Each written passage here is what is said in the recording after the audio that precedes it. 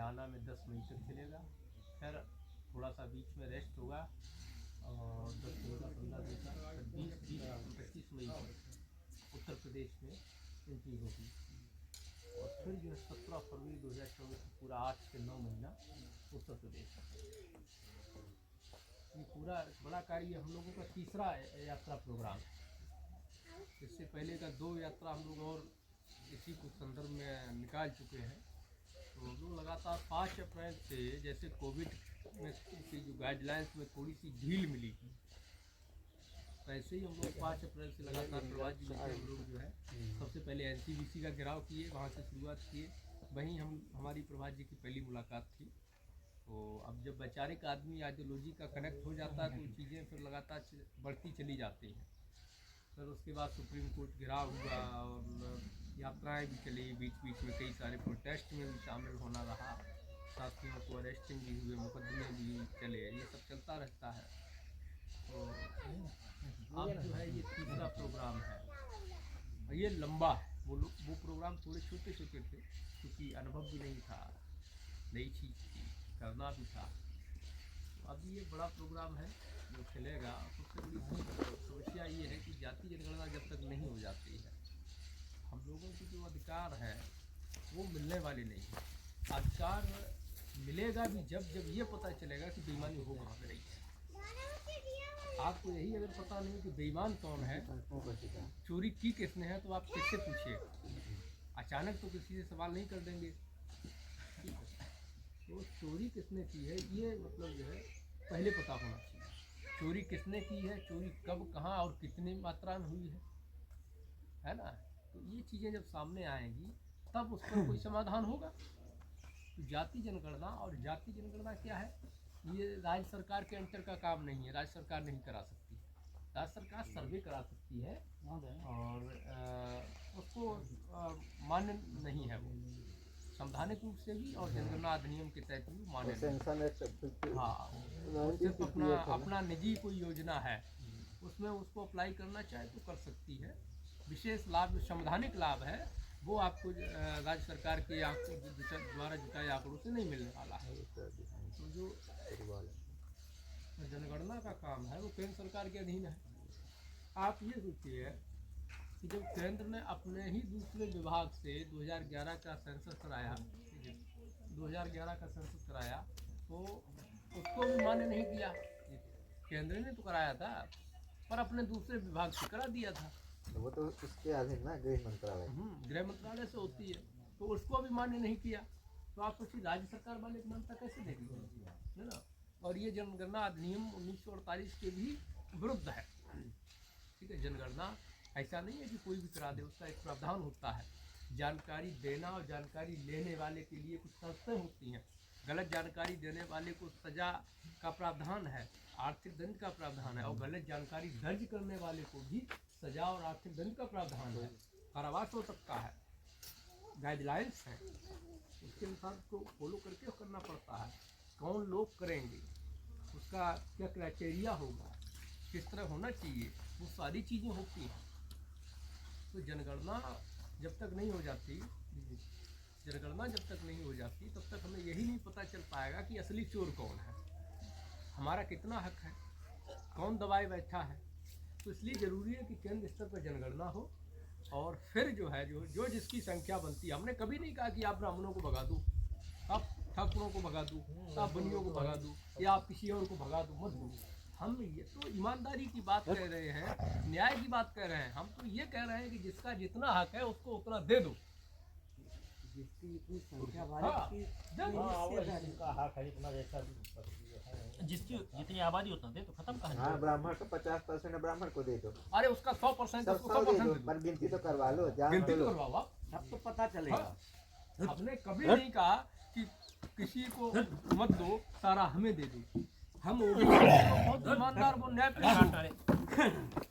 हमारा ओबीसी का किसी व्यक्ति ने कभी ये नहीं कहा होगा कि उसको मत दो हमें दे दो। अपना छोड़ देता है तो कैसे कहेगा कि दूसरे को मत दो, वो अपना हक दूसरे को दे देता है। बहुत भोला समाज है हमारा। कुत्तों की भी गिनती, हाँ, कुत्तों की गिनती होती है, गधों की गिनती होती है, ओबीसी की नहीं होती है। तो ये इसलिए जरूरी है कि आप जो है जनगणना करवाइए और साइंटिफिक जो डेटाबेस है उसको सामने लाइए। इसी को लेकर के ये पूरा प्रोग्राम चल रहा है और हम लोग यात्रा ही नहीं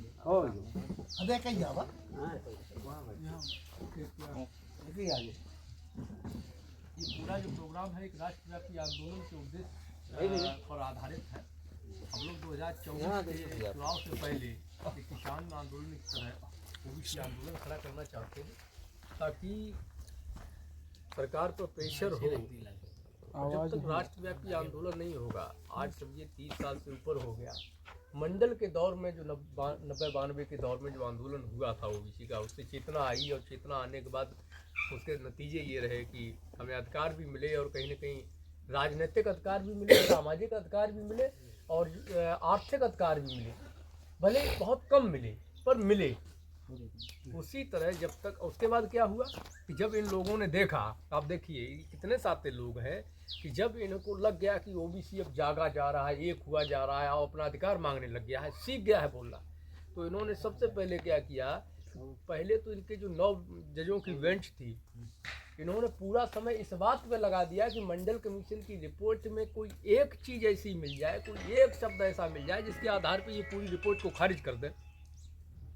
लेकिन वो तो भला हो बीपी मंडल का कि ये सब चीज़ें जानते थे, तो उन्होंने इतनी साइंटिफिक रिपोर्ट तैयार की कि ये चाहकर भी पूरा एड़ी चोटी का दाव लगाने के बाद कोई ऐसा शब्द नहीं खोज पाए कि रिपोर्ट को खारिज किया जाए। तब इन्होंने क्या चाल चली कि उस पर क्रीम लेयर लगा दिया। मतलब ये है कि जिसके दांत हैं उसको चना नहीं मिलेगा, जिसके दांत ही नहीं है उसको चना देंगे, खाओ कितना खाओगे, है ना। तो जो हमारे समाज के ऐसे लोग थे जो अपने बच्चों को पढ़ा सकते थे, एजुकेशन में भेज करके रिजर्वेशन का लाभ दिला के आगे बढ़ा सकते थे समाज को, उनको रिजर्वेशन से बाहर कर दिया। आज ये कहा जाता है कि ओबीसी को आरक्षण मिल रहा है, कोई ये क्यों नहीं कहता कि कितने ओबीसी को मिल रहा है। वहाँ आप 8 लाख पे गरीब घोषित कर रहे हो, 65 हज़ार महीने की कमाई पर, या हमें कहीं 2.5 लाख पे रईस कर रहे हो, कोई 3 लाख पे रईस कर रहे हो, कोई 6 लाख पे रईस कर रहे हो। हमारी 2.5 लाख पे आमदनी है हरियाणा में, पंजाब में 2.5 लाख अगर आप कमाते हो आपको आरक्षण नहीं मिलेगा। हरियाणा में 3 लाख आप सालाना कमाते हो आपको आरक्षण नहीं मिलेगा। मध्य प्रदेश में तो ये बताइए, जब हमारी पास पैसा ही नहीं होगा बच्चे को पढ़ाएंगे कहाँ से, जब पढ़ाई नहीं पाएंगे आरक्षण लेंगे कहाँ से। और वो 8 लाख सालाना यानी कि 65 हज़ार महीना कमा रहे हैं, तो वो गरीब है, उनको आरक्षण दीजिए। हमने विरोध नहीं किया, हम नहीं कहते हैं कि मत दो, हम कहते हैं दो, लेकिन गिनती करा लो। आपने 10% उनको दिया, हम कह रहे हैं, हम दावा कर रहे हैं कि 7% पूरे देश में उनकी आबादी है, गिनती कराओ, झूठ निकल जाए फांसी चढ़ा देना, ठीक है। 7% आबादी है, उसके बावजूद आपने तो गरीब सवर्णों को दिया है ना, तो क्या 7% गरीब है? आपने तो 10% दे दिया। हम ये भी मानने को तैयार है कि वो 10% है, तो क्या 10% में 10% गरीब है, भिखारी है?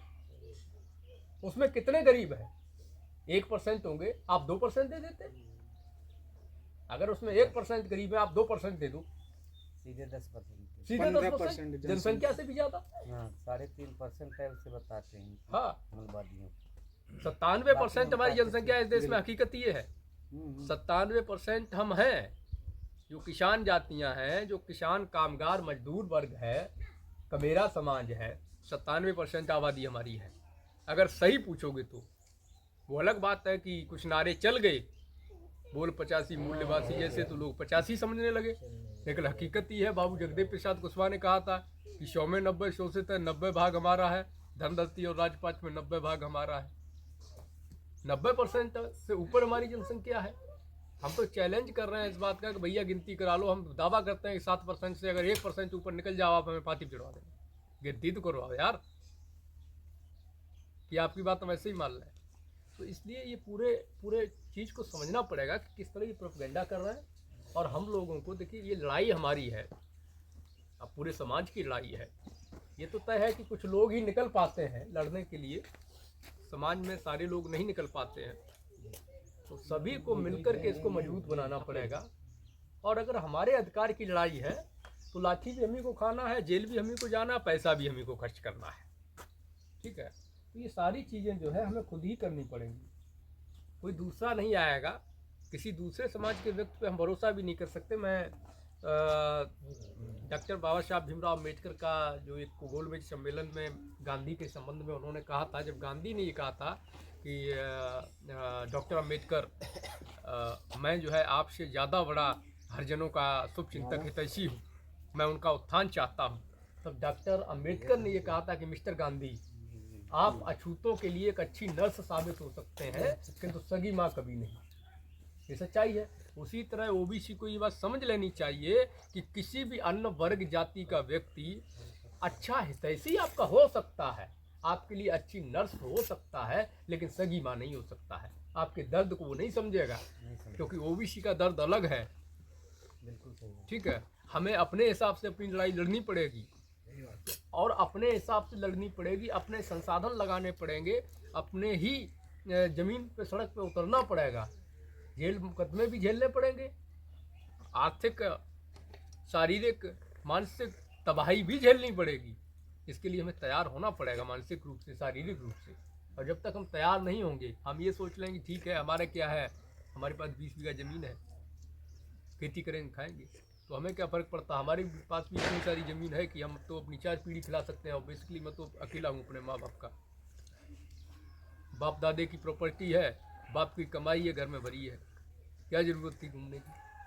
और अच्छी खासी जॉब भी कर रहा था 2015 तक, उसको भी लात मार दी। 50,000 तक अब तक होती सैलरी, प्राइवेट ही थी लेकिन अच्छी थी। उस समय 35,000 मिल रहे थे और 4-5 हज़ार ऊपरी मिल जाता था, वो क्या खर्चा पानी वाला, तो 40,000 बन जाता था अपने आप महीने में जा कर के। तो हमें भी क्या आवश्यकता थी, अच्छा खासा शरीर मेंटेन करके रखा हुआ था, खूब शौक था बॉडी बनाने का। और जब से इसमें निकले शरीर भी खपा दिया, नौकरी भी गई और पैसा भी फूक रहे हैं। तो इसलिए है कि हमें ये चीज़ महसूस हुई कि भाई हमने खा लिया ठीक है, लेकिन हमारा पड़ोसी भूखा है। ये चीज़ हम लोगों को सोचनी पड़ेगी कि हम लोग ये सोच लेते हैं कि हमने खाना खा लिया तो पड़ोसी भी खा लिया, तो वो उससे काम नहीं चलेगा। कल वो स्थितियाँ आ जाएंगी कि हमारे घर में नहीं रहेगा। आज भले ही हमारे पास भरा हुआ है, जब हम लड़ेंगे नहीं तो कल हमारे अधिकार खत्म हो जाएंगे। क्या हुआ आपके मध्य प्रदेश में सरपंची चुनाव को लेकर के, तहसील पंचायत चुनाव को लेकर के बड़ी मुश्किल में चीज़ें सोच हुई हैं। उन्होंने पूरा प्रयास किया इसको लेकर के कि आप नहीं लड़ पाएँ। और ये आपको लड़ने का अधिकार कब मिला, जब मंडल कमीशन लागू हुआ, उससे पहले आपको आरक्षण नहीं मिला था। तो जब मंडल कमीशन को ही बचाने की और पूर्ण लागू कराने की लड़ाई, आप सोचिए कि जब आंशिक लागू है तब आपको इतना सम्मान और अधिकार मिल गया है, तो 40 से पार जिन्हें लागू हो जाएगा उस दिन क्या होगा। अभी तो आंशिक बस थोड़ा सा लागू हुआ है, तब आप सरपंच बन रहे हैं, मुखिया बन रहे हैं, MP MLA बन रहे हैं, एजुकेशन में जा रहे हैं, अच्छी जॉब में जा रहे हैं, ठीक है। और कुर्सी पर जो है टांग पे टांग अपना ऐसे लात रख कर के सामने प्रकाश वाले के बैठ रहे हैं। भाई मुखिया सरपंच बन गए हैं कि कौन रोकेगा, सही है। है।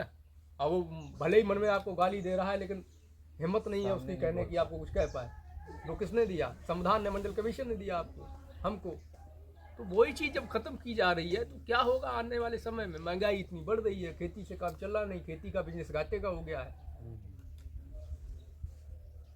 तो इसको लेकर के हम ही को लड़ना पड़ेगा और सभी को इसको साथ देना पड़ेगा, सहयोग करना पड़ेगा। हम तो हर किसी से अपील करते हैं, इस यात्रा के साथ अपने हर गांव घर से एक आदमी जोड़िए, 1 रुपये का सहयोग दीजिए ताकि ये चले। एक आदमी जोड़ो ताकि संख्या बढ़ती जाए, प्रेशर बने सरकार पे।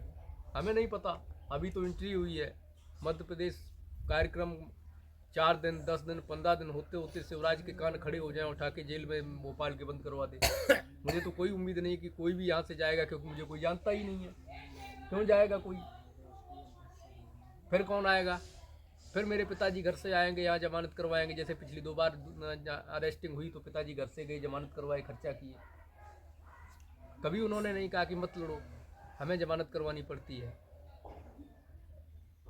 ठीक है, तो वो हम जानते हैं कि अगर ऐसा होगा तो कोई नहीं आएगा, क्योंकि समाज उतना जागरूक नहीं है, उसको नहीं मालूम है कि आखिर ये सब क्यों किया जा रहा है। उसको बताना पड़ेगा।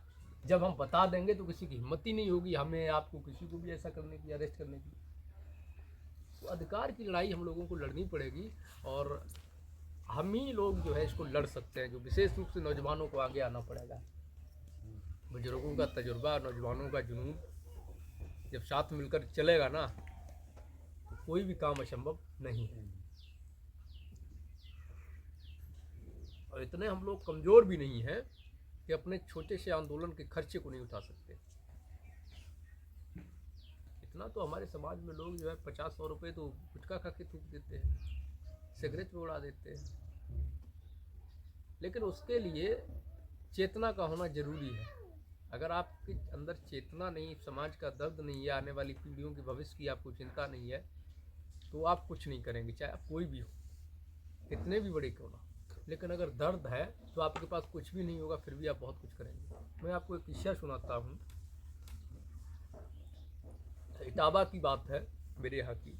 उस समय मानवर काशीराम साहब का नया नया दौर था, कार्यक्रम चलते थे। तो उन्होंने इटावा में एक टीम जो बनाई, उससे कहा कि सभा होनी थी, भाई चंदा जुटाइए। तो वो लोग गए। एक सरकारी टीचर था शेड्यूल कास्ट से, तो वो लोग उसके पास जाते थे चंदे को लेकर के। तो वो कहता था कल आइए, आज पैसे हैं नहीं। लेने वाला फिर कल गया, फिर कह दिया अरे मेरे माइंड से उतर गया, आप कल आइए। बेचारा फिर कल गया। तो 4-5 दिन ऐसे ही हो गए जाते जाते। तो उसने एक दिन जो है ऐसे ही थोड़ा सा, हर किसी को गुस्सा आ जाएगा, गर्म हो गया। बुलाता है देता नहीं, हाँ, तो एक मना कर मजदूर दिया। जा रहा था। मजदूर ने सुना कि क्या बात हो गई, उसने पूछा। तो अरे बताओ तो सही क्या बात हो गई। उसने कहा भाई साहब ऐसे ऐसे, जो मतलब सामाजिक आदमी था, उसने कहा कि ऐसे ऐसे बात है, मास्टर साहब के पास आ रहे हैं। तो उसने कहा एक काम करो कि जितना मास्टर साहब देंगे उतना हम देंगे, आप 10 मिनट यहाँ रुकिए।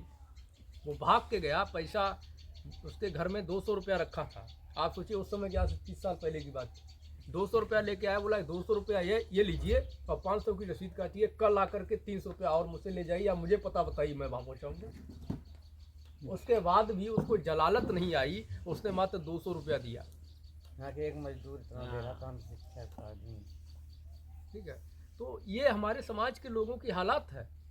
और जो लोग जॉब पा जाते हैं, थोड़ा संपन्न हो जाते हैं, उनको लगता है कि अब कुछ है ही नहीं, हमारा तो वही चीज हमारा तो भरा हुआ है, हमें क्या मतलब है। तो लड़ाई लड़नी पड़ेगी। अरे सर जी, एंटीना वाले लोग आते तो कहते पैसा नहीं है, पूरे दाम में दे दे।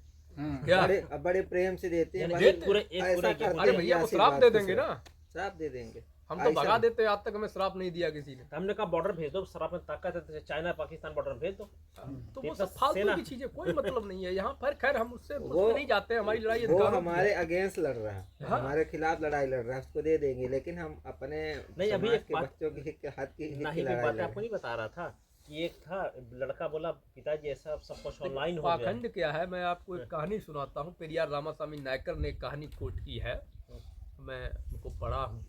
उन्होंने एक कहानी कोट की है पेरियार साहब ने। क्या नाम है, गधे की समाधि। गधे। गधे की समाधि। उसमें होता क्या है कि एक शहर होता है, वहाँ पर एक बड़ा प्रसिद्ध नामी ग्रामी दानी सज्जन पुरुष रहता है। तो सभी की मदद करता है, सब उसका बहुत सम्मान करते हैं। एक दिन वो सज्जन पुरुष बीमारी से ग्रस्त हो जाता है, तो कुछ दिन बाद वो दम तोड़ देता है, मर जाता है। मरने के बाद उसकी समाधि बना दी जाती है। अब उसी गांव में एक जालसाज व्यक्ति रहता है, पाखंडी व्यक्ति, जैसे जाल अपने यहाँ एंटीना वाला। तो वो जालसाज व्यक्ति, उसके पास कोई काम धाम होता नहीं है। तो कहता है क्या किया जाए। वो देखता है लगभग ऐसे मान लीजिए 10-15 दिन या रोज वो देखता है कि गांव के शहर के लोग आते हैं और समाधि पर सर झुकाकर प्रणाम करते हैं, जाते हैं। तो उसके दिमाग में आइडिया आता है। वो क्या करता है, उस समाधि के पास बैठ जाता है, अपना पूरा सिस्टम लगा लेता है, फूल फाल और तमाम सारी चीज़ें, और वहीं बैठ जाता है। और वो प्रचार शुरू करता है कि मैं आया था और मैंने ये किया तो मेरी इच्छा पूरी होगी। मुझे सपने में आकर कहा है कि जो भी यहाँ आकर के दान चढ़ाएगा उसकी जो मनोकामना होगी पूरी होगी। तो इस तरह के एक वो षड्यंत्र प्रोपेगेंडा रचता है। तो धीरे धीरे कुछ लोग नहीं शुरू में मानते हैं, पर लास्ट में धीरे धीरे लोग उस बात पे विश्वास करना शुरू कर देते हैं और अच्छा खासा बिजनेस शुरू हो जाता है। ठीक है, अब होता क्या है कि उस निकम्मे का एक निकम्मा लड़का भी था जो निठल्ला घूमता रहता था। तो उसने क्या किया कि ये कुछ कर नहीं रहा, तो उसने गधा खरीद के दिया। उसको बोला कि जा दूसरे शहर में जा करके, उस समय यही सब चीज़ें होती थी, तो जा गधा ले जा, ये दे रहा हूँ तुझे, इससे जाके रोजगार कर, रोजी रोटी कमा। तो गधा लेकर के दूसरे शहर में जा करके अपना रोजी रोटी की तलाश में निकल जाता है। जो भी काम धंधा मिलता है अपना करता है और खर्च पानी अपना चलाता है। एक दिन होता है क्या है कि वो गधा किसी कारण बीमारी से मर जाता है। तो जब गधा मर जाता है तो कहता अब तो बड़ा संकट आ गया, पिताजी ने एक गधा दिया था वो भी मर गया, हमने पैसा भी नहीं जोड़ पाया कि दूसरा ले ले, मांगेंगे तो गाली देंगे। तो उसको अपना बाप का तरीका याद आता है कि मेरा बाप कैसे कमाता है। तो क्या करता है, वहाँ से हट करके दूसरी जगह जा करके समाधि बना देता है गधे की। उस इलाके को छोड़ के नए इलाके में जाता है और उसका नाम जो है गधा महाराज की समाधि रखता है और वहाँ पर पूरा अपने बाप वाला चाल अपनाता है और उस बिजनेस को शुरू करता है। तो आने वाले समय में क्या होता है कि जब 1-1.5 साल बाद उसका बाप जाता है कि देखें कि क्या कर रहा है हमारा निकम्मा लड़का, तो जब जाके देखता है, देख के चौंक जाता है ये देख करके कि उससे कई गुना ज़्यादा बिजनेस उसके बेटे का चल रहा है। वो पूछता है कि ये तूने कैसे किया और ये समाधि किसकी है? तो कहता है कि पिताजी आपको याद है आपने गधा दिया था? कि हाँ दिया था। कहाँ है वो? कह रहे वो गधा बीमारी से मर गया, हमने उसी की समाधि बना दी और उसी पे लोग जो है पैसा चढ़ाते हैं, धन दौलत देते हैं और अच्छा खासा गुजारा हो रहा है। हमने मकान बना लिया है और पूरी व्यवस्था आप चलिए दिखाएंगे। तो गधा महाराज की कहानी जो है ये इसी तरीके से जो एंटीना वाले लोग हैं, ये गधाओं की समाधि बना करके हमारे लोगों को लूट रहे हैं, पैसा कमा रहे हैं और हमारे लोग उनके जाल में फंस रहे हैं। ये चीज़ समझनी पड़ेगी। और जबकि हमारे समाज में बड़ा उल्टा है, कई ऐसी चीज़ें हैं छोटी छोटी जो और कंट्रोल करने का जहाँ तक सवाल है तो कंट्रोल ये कैसे करते हैं वो भी मैं आपको एक कहानी के माध्यम से एक्सप्लेन कर देता हूँ। एक पुस्तक है तानाशाही से लोकशाही, जीन शार्प ने लिखी थी और ये पुस्तक जो है कई कंट्रियों में बैन कर दी गई थी। स्पेशली बर्मा में अगर इसका एक पेज भी आपके पास होता था तो आपको 7 साल कैद बामुशक्कत होती थी। तो जीन शार्प ने उस पुस्तक में एक बहुत पहले वहीं के एक शहर के एक किरदार का जिक्र करते हुए एक कहानी को कोट किया है। जीन शार्प उसमें लिखते हैं, उस कहानी का नाम है बानर स्वामी की नीति कथा। तो उसमें वो लिखते हैं कि एक बूढ़ा व्यक्ति होता है, बहुत बुजुर्ग होता है, वो कहीं चल नहीं सकता, घूम नहीं सकता, अपने खाने का जुगाड़ नहीं कर सकता, उसके शरीर में क्षमता नहीं है। उसने क्या किया है कि बहुत सारे बंदरों को अपना गुलाम बना रखा है, यानी कि पाल रखा है। तो वो क्या करता है, हर रोज़ क्या करता है, उसका जो घर बना रखा है उसने गांव से बस्ती से दूर जंगल में बनाया हुआ है। तो वो क्या करता है कि एक जो सबसे सीनियर बंदर होता है, उम्र दराज बूढ़ा होता है, उसको सरदार बना देता है और बाकी के उस बंदर से कहता है कि आपको सारे बंदरों को कंट्रोल करना है और ले जाकर के जंगल से आपको फल चुन के तोड़ के लाना है। जितना भी फल आप तोड़ोगे सारा फल आपको हमें देना है, अगर एक भी मिस होता है तो आपको दंड मिलेगा। ठीक है। तो वो बूढ़ा जो बंदर होता है, सरदार होता है, वो सारे बंदरों को लेकर जंगल में प्रतिदिन जाता है, बहुत सारे फल जितना वो तोड़ सकते हैं वो तोड़ के लाते हैं, उसके सामने रखते हैं। फिर वो जो बूढ़ा बानर स्वामी होता है उसकी इच्छा होती है तो किसी के सामने 1 फल फेंक दिया, किसी के सामने 2 फल फेंक दिया। तो बेचारे बंदर दिन भर परिश्रम करते हैं, मेहनत करते हैं, लाते हैं, उसको जितना मिलता है पेट भर गया तो ठीक है, नहीं तो भूखे ही सोते हैं। अगले दिन फिर उसी काम पे निकल जाते हैं। होता ये है कि एक सबसे छोटा और शैतान बंदर होता है, वो एक जब जाता है जंगल में, वो पूछता है बड़े बंदर से, अपने माँ बाप से, कि पिताजी क्या ये फल हम अपनी मर्जी से नहीं खा सकते? क्या ये सारे बागान, ये सारे पेड़, ये सारे पौधे, ये सारे झाड़ क्या बानर स्वामी ने लगाए? तो जवाब उसका जो बड़ा बंदर होता है, बाप होता है, वो देता है कि नहीं बेटा, ये तो प्राकृतिक उगे हुए हैं। तो कहता है फिर क्या हम अपनी मर्जी से नहीं खा सकते? बोले खा सकते हैं। तो फिर अब बानर स्वामी के पास क्यों जाते हैं, उसकी बात क्यों मानते हैं?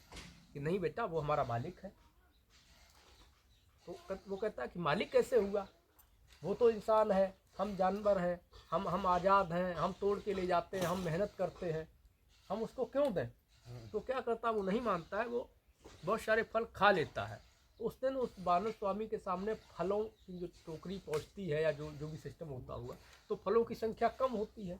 तो बानर स्वामी भड़क जाता है और सभी बंदरों को बहुत बुरी तरह पीटता है और किसी को खाने को नहीं देता है, बंद कर देता है बारे। तो फिर वो जो बच्चा होता है छोटा सा, तो फिर कहता है कि पिताजी हम आखिर इसका आदेश क्यों माने? जब मेहनत हम करते हैं, जब प्रकृति ने हमारे साथ भेदभाव नहीं किया, प्रकृति पेड़ पौधे प्राकृतिक हैं, ये बानर स्वामी ने लगाए नहीं हैं। ये जो जंगल है, ये जो पहाड़ है, इसमें बानर स्वामी का नाम नहीं है, उसके नाम नहीं लिखा है। ये प्राकृतिक चीज़ें हैं, रिसोर्स प्राकृतिक है, मेहनत हमारी है। तो हम आखिर जब मेहनत करते हैं तो हम खुद क्यों नहीं खा सकते? क्यों इसका आदेश माने? तो एकाएक सारे बंदरों के दिमाग की बत्ती जल जाती है, क्योंकि मार भी पड़ी होती है अच्छे से, खाने को भी नहीं दिया जाता है। तो क्या करते हैं कि सारे बाड़ को उखाड़ के फेंक देते हैं, जो घर बना होता है तोड़ देते हैं, और सारे फल लेकर के जंगल में भाग जाते हैं। तो जब सुबह देखता है कि सब भाग गए, तो होता क्या है कि उसके शरीर में क्षमता होती नहीं है, तो धीरे धीरे 2-4 दिन में तड़प तड़प के भूख से मर जाता है। जो बानर स्वामी होता, बंदर आज़ाद हो जाते हैं। ये स्थिति हमारे समाज की है। वो बानर स्वामी कौन है? वही एंटीना वाले लोग हैं जो हमें कंट्रोल कर रहे हैं। मेहनत तो हमारी है, लेकिन हम अपनी मर्जी से। नहीं, इसमें फिर इसीलिए तो संविधान है जो बाबा साहब ने बनाया है। अब वही आज़ादी दिया है जिस बोलने को, खाने को, चलने को, फिरने को। वो उस समय की किस्सा सुना रहे हैं जब संविधान नहीं बना। आप उस समय मत देखिए, किस्सा का नहीं, एक मतलब बात क्या है, मेरा है, मतलब उसमें ये जाना है कि पड़ेगा। जो बाबा साहब ने संविधान दिया है उस संविधान की वो करिए। देखिए, बाबा साहब का सिद्धांत अलग था, पेरियार का सिद्धांत अलग था, फूलेबाई का सिद्धांत अलग था, काशीराम का सिद्धांत अलग था। जो समय समय पर हमारे जो नेता जो पूर्व हुए हैं उनका सबका अलग अलग। एक मुंडा, एक आदिवासियों का बिरसा मुंडा, वो अपने आप में अलग थे अपने समाज के लिए। आज भी उनके विचारधारा को मानने के लिए आज भी गवर्नमेंट तैयार है। देखें कि तमाम विश्वविद्यालय तमाम वो कर रही है। हालांकि वो तो एक वर्ग विशेष के लिए कर रही है। पर जहाँ संविधान की बात है, हम तो जो आज मिली है, आज जो हम कर रहे हैं, सब कुछ देख रहे हैं, तो उस बाबा साहब के संविधान के अनुसार देख रहे लेकिन हैं। सर, नहीं, एक आज सवाल वाकई में ये संविधान ना होता है, एक सवाल तो है, आज कुछ भी हो सकता जी। एक सवाल है, क्या संविधान जिंदा है? भाई, अब संविधान तो हम जिंदा मानते हैं, जिंदा हम है नहीं मानते हैं, लेकिन मानने क्या वाले संविधान नहीं जिंदा नहीं है? संविधान सिंधा जो को कुछ है अब उस पर चला जा रहा है। लागू चला जा 2% भी संविधान क्यों वही नहीं मैं हुआ? बोल रहा हूँ तो ना उसका विरोध कि जो जैसे यदि- आप कहानी बताएं उसके आधार पर मुझे चलना चाहिए। अभी हम आजाद हम लोगों को चलना चलना चाहिए। चाहिए। नहीं, हम वही बात कर रहे हैं। देश संविधान- आजाद है, हम आजाद नहीं है। हाँ बिल्कुल बिल्कुल। उसी संविधान की तो गति हो रही है। हाँ संविधान की जो लड़ाई है, उसी वही तो मैं उसमें आ बानर रहे स्वामी हैं। की जो नीति कथा हाँ, यही यही जो कहती है। संविधान की गति हो रही नहीं, है, बाबा साहब अम्बेडकर ने क्या कहा संविधान था? को कोई ये मान नहीं रहा है, उसी को तो जागृत कर रहे हैं। संविधान को कोई नहीं मान रहा है। मान नहीं रहा। संविधान को जो आपके डिसीजन मेकर हैं वो नहीं मान रहे हैं। हमारे आपके मानने से क्या होगा? हम तो खुद जय संविधान करते हैं। देखिए, जिस बात की हम और आप संकल्प कर रहे हैं उसमें 3 प्रकार के आदमी हैं। 3 प्रकार के आदमी हैं। यदि उच्च वर्ग के आदमी इकट्ठा हो जाए तो हम तो आपको नहीं है। एक मध्य वर्ग के, एक यहाँ है जहाँ हम आप बैठे हैं। ये बिल्कुल 3rd क्लास के आदमी में बैठे हैं। मध्य वाले बुजुर्ग है, जो फर्स्ट वाले बुजुर्ग हैं, जो नेता मथानी, जो इस चीज़ को जानते हैं, बुद्धिजीवी हैं। बुद्धिजीवी के हिंदुस्तान में कमी नहीं है, हैं? अब वो यदि वो संगठित हो जाए तो हमको आपको ज़्यादा सहयोग मिलेगा। सर, बुद्धिजीवी संगठित कभी नहीं हो सकता, क्योंकि बुद्धिजीवी के पास रीढ़ नहीं होती है, हाँ, और रीढ़ बिन व्यक्ति उठ नहीं सकता, तो संगठित कहाँ से होगा? बुद्धिजीवी नहीं तो व्यक्ति मानते के तो पास उसी रीढ़ नहीं बुद्धिजीवी को होती है। ये है, मैं बहुत मानते कड़वी तो बात उसी कहता हूँ। बुद्धिजीवी को है, मानते तो उसी को है। बाबा अब साहब इन्हें वो आ अम्बेडकर ने- जाएंगे तो हम काल चल देंगे। रीढ़ से मतलब आप समझ रहे हैं कि नहीं? हम समझ रहे आप हैं। समझ रहे हैं ना, फिर हाँ। भी आप वहीं पे बात कर रहे हैं। बुद्धिजीवी जितना लालची व्यक्ति को हाँ, वही हम आर्थिक की बात बता, हम वही चीज कह रहे हैं कि कल तो उसी को चलेंगे। नहीं, अब मेरा इसमें कहना है, बाबा साहब अम्बेडकर संविधान के अपने बच्चे, बाबा साहब ने क्या कहा था? संविधान कितना भी अच्छा क्यों ना हो, अगर उसका पालन करने वाले लोग अगर अच्छे नहीं होंगे हाँ, तो अंततः वो बुरा साबित बिल्कुल होगा। बिल्कुल अरे सही साहब, बात है। संविधान बिल्कुल का सही। आवरण केवल है, बाकी संविधान मर चुका है। और बाबा साहब ने मार तो दिया ये है भी उन्होंने, कहा था हत्या कि कर दी है OBC की संविधान जाति जब जनगणना कराई संविधान जाए, लिखा भी है। हाँ, 340 संविधान में स्पष्ट है। क्यों नहीं करवा रहे हैं जाति जनगणना? क्यों लड़ना संविधान पड़ के रहा है अनुसूची लोगों को? 340 में लिखा हुआ है कि जब सरकार पहली सरकार का गठन होगा तो मंत्रिमंडल का तो वो ओबीसी की OBC की जाति का जनगणना होगा। हमें यही कह के बदला दिया गया है ये चीज कि हम जो है बिहार सरकार संविधान को के मानते अनुकूल हो हैं रहा है। कि बिहार सरकार ने कम से कम कैबिनेट में पास तो किया कि हम जाति जनगणना इसको कराएंगे। लेकर के सर हमने पहले ही क्लियर कर दिया है कि वो उससे कुछ हमें मिलने वाला नहीं है।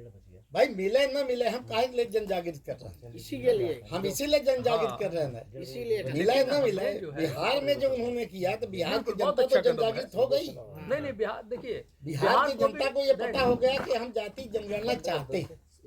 बिहार की भी जनता को उससे कुछ नहीं मिलेगा। इसीलिए हमें का शब्द पूरे लोगों से, पूरे देश के जो ओबीसी है, लेकिन वहाँ से एक चीज़ निकल के आ जाएगी, हमें ये पता चल जाएगा कि बिहार में हम कितने हैं, कितने तो उससे कहीं ना कहीं हमें। क्रांतिकारी साथियों, यदि आप संवैधानिक अधिकारों, जातिवाद जनगणना, मंडल कमीशन, बहुजन महापुरुषों की वैचार की समता, समानता और सामाजिक न्याय के आंदोलन को मजबूत बनाना चाहते हैं तो हमारी आपसे गुजारिश है कि हमारे चैनल को सब्सक्राइब करें व बेल आइकन के बटन को दबाएं। वीडियो को अधिक से अधिक शेयर करें व अपनी यथासंभव शक्ति अनुसार हमें आर्थिक सहयोग करें।